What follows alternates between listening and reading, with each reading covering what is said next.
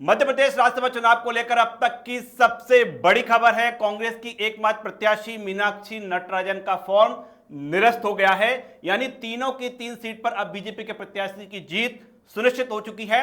और मीनाक्षी नटराजन का जो फॉर्म निरस्त हुआ है उसका कारण बताया गया है कि उन्होंने अपने आपराधिक प्रकरण की जानकारी नामांकन फॉर्म में नहीं दी थी।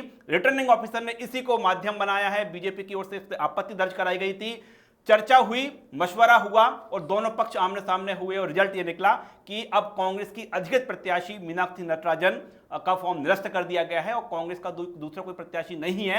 ऐसी कंडीशन में तीनों की तीन सीट है अब बीजेपी के खाते में। और शब्बीर अहमद हमारे साथी ने बड़ी बारीकी से इस पूरे मामले को देखा है, विधानसभा में मौजूद थे। और बारीकी की बात करें, हम पॉइंटर की बात करें, वो कौन कौन से कारण रहे जिस कारण मीनाक्षी नटराजन का फॉर्म है निरस्त हुआ है। देखिए, पूरा टाइमलाइन के हिसाब से कि किस तरीके से एक के बाद एक घटनाक्रम हुआ। दोपहर 1:30 बजे के आसपास कांग्रेस और बीजेपी के दोनों प्रत्याशी और उनके जो लीगल टीम रहती है उनको बुलाया गया था। स्क्रूटनी का आज दिन था, नामांकन की बात की जाए, और उसके बाद आज फॉर्म जांच होनी थी। और उसी दौरान मीनाक्षी नटराजन और उनकी टीम को पता चलता है कि फॉर्म पर आपत्ति जता दी गई है। जब पता लगाया जाता है, फिर फोन घनघनाया जाता है और सभी के सभी कांग्रेस के विधायक कहां जाने वाले थे? बेंगलुरु जाने वाले थे। वहां पर बात की जाए तो वहां की अलग लड़ाई चल रही थी। कांग्रेस के विधायक लड़ रहे थे, कांग्रेस के नेता लड़ रहे थे, क्योंकि क्लियरेंस नहीं मिल रहा था। और इन सब के बीच फोन घनघनाए जाते हैं। फिर उसके बाद बात की जाए तो उमंग सिंघार, पीसीसी चीफ जीतू पटवारी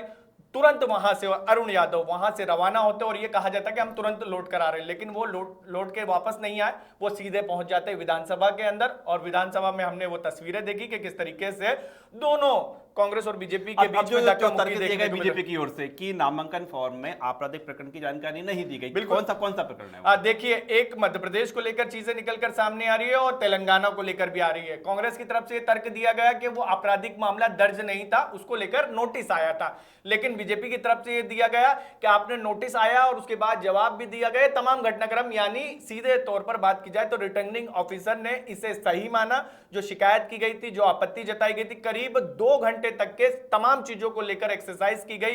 कांग्रेस के विधायक भी वहीं पर मौजूद रहे, बड़े नेता भी मौजूद रहे, बीजेपी के दर्जन भर मंत्री वहां पर पहुंच गए। कैलाश विजयवर्गीय, राकेश सिंह, सभी मोर्चा संभाले हुए थे। और फिर उसके बाद ये कह सकते हैं कि कांग्रेस से कहीं ना कहीं रणनीतिक चूक हुई है। पहली चूक ये हुई है। अब अगली जानकारी हमारे दर्शकों के लिए कि ये तो रास्ता हो चुका है कि बीजेपी के तीनों प्रत्याशी हैं, अब तीनों राज्यसभा सांसद। कांग्रेस का अगला मूवमेंट क्या है, कब तक का है? देखिए, अगले मूवमेंट के अभी एक्सक्लूसिव जानकारी lalluraam.com पे दे देते हैं। इलेक्शन कमीशन दिल्ली, कांग्रेस का एक प्रतिनिधि मंडल जा रहा है, यानी एआईसीसी भी इस पूरे मामले पर एक्टिव हो चुका है। अब देखना होगा कि वहां से कुछ राहत मिलती है या नहीं मिलती है, क्योंकि मध्य प्रदेश से तो झटका कांग्रेस को लग चुका है। और अब बात की जाए, जो मैं कह रहा था कि कांग्रेस ने रणनीतिक चूक करी, 2009 में कांग्रेस को बड़ा झटका लग चुका है विदिशा में राजकुमार पटेल के मामले पर। फिर हमने देखा तो 2024 लोकसभा चुनाव के अंदर जब महागठबंधन को टिकट दे दिया गया था, एक सीट दी गई थी समाजवादी पार्टी को, और वीडी शर्मा उस वक्त के तत्कालीन प्रदेश अध्यक्ष थे, उनके सामने एक तरीके से वॉक ओवर हो गया था। और वही चीज हुई थी कि आपने अपने आपराधिक रिकॉर्ड छुपाए गए थे। यहां पर भी वही चीज है। सवाल यह है कि एक के बाद एक इसी तरीके के 2 बार लोकसभा में आपको झटका लग चुका है, राज्यसभा में आपको आप झटका लग गया, तो आपने रणनीति क्यों नहीं बनाई थी? आपने डमी कैंडिडेट क्यों नहीं उतारा था? आपने प्लानिंग क्यों नहीं करी थी? आपने दुनिया भर की प्लानिंग कर ली। सवाल यही है कि तमाम प्लानिंग्स नहीं की गई थी। लेकिन अभी की स्थिति की बात करें तो तीनों की तीन सीट पर बीजेपी के राज्यसभा प्रत्याशी चयन होने की प्रक्रिया स्पष्ट हो चुकी है। लेकिन कांग्रेस अभी एक और कदम आगे करने की बात कर रही है कि वो भारत निर्वाचन आयोग का दरवाजा खटखटाएगी। हालांकि वहां से कितनी राहत मिलती है ये वक्त बताएगा।